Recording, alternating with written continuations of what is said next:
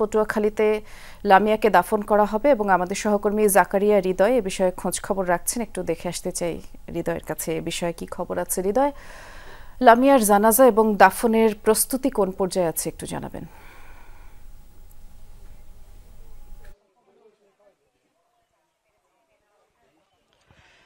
একটি বিষয় আমরা দুপুর থেকে যে বিষয়টি জানিয়ে আসছিলাম সেটি মোটামুটি একটু কনফার্ম হয়ে গেছে। সেটি হলো যে জানাজার যে বিষয়টি সেটি এখন তারা এখানকার যারা তার আত্মীয় স্বজন আছে তারা একটি কথা বলেছে যে লামিয়াকে নিয়ে এখানে আসার পরে পার্শ্ববর্তী একটি স্কুল আছে সেই স্কুলের মাঠে জানাজা সম্পন্ন হবে, কিন্তু সুনির্দিষ্টভাবে যেহেতু যাত্রাপথে কতক্ষণ সময় লাগে না লাগে সেটির উপর নির্ভর করে।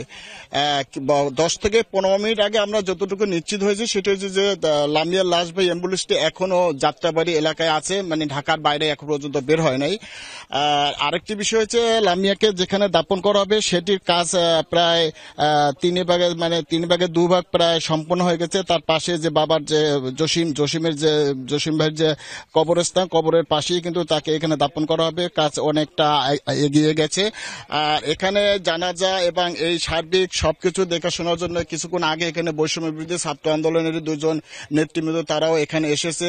অলরেডি সকাল থেকেও কিন্তু তারা খোঁজখবর রেখেছে এবং বিএনপির নেতৃবৃন্দ যারা আছে তারা বরিশালে এসেছে এবং বরিশাল থেকে তারা লামিয়াকে নিয়ে লাশবাহী যে অ্যাম্বুলেন্স নিয়ে আসবে সেই অ্যাম্বুলেন্সের সাথে সাথে কিন্তু তারা এখানে আসবে। আমরা এতটুকু পর্যন্ত নিশ্চিত হতে পেরেছি। আমরা শুনছিলাম, নিশ্চয়ই এর পরবর্তী যে আপডেট আপনার মাধ্যমে দর্শকদের জানিয়ে দেবার চেষ্টা করব।